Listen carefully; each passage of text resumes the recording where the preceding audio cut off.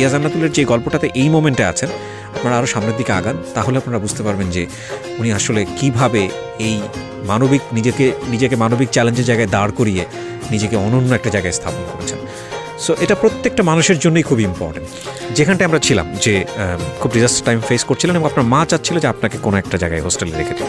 Yes, তখন আমার যে স্টুডেন্ট ছিল তার বাসায়, তার মায়ের বাসায় নিয়ে গেল। তো সেই দিন আন্টি আমাকে বুঝা টুঝা বললো যে তুমি থাকো, তাহলে তুমি এসে কালকে তুমি ড্রেস নিয়ে চলে এসো, তাহলে তুমি আমার বাসায় থাকো, কোনো সমস্যা নেই। তখন আম্মাও যেটা ফিল করলো, খুলনায় থেকে আমি খুলনায় অন্য কোনো বাসায় যদি হোস্টেলে থাকি, তো বাইরের মানুষ নিয়ে অনেক কথা বলবে, তাহলে কী হবে, তাহলে ঢাকায় যায়। খুলনায় এইচএসসি পরীক্ষার আগে মানে ইউনিভার্সিটির লাইফে না দিয়ে যে শুধুমাত্র কলেজের জন্য যে ঢাকায় পাঠাবে মেয়েদেরকে, তখন ওই পর্যন্ত চিন্তা করা যেত না। আমার মনে হয় এখনও চিন্তা করে না, এটা চিন্তা করে এইচএসসি পরীক্ষার পরে চিন্তা করে।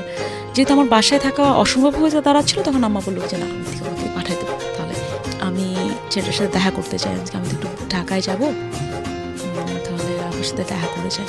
তখন আমার আরেকটা ফ্রেন্ড ছিল লুবনাকে আমি বলি কি লুবনা, আমি একটা জিনিস দেখতে চাই, তুমি ওকে বলো, ওকে যে বলো যে তুমি ওর সাথে দেখা করবা, দেখা করে আমি দেখতে চাই তোমার সাথে।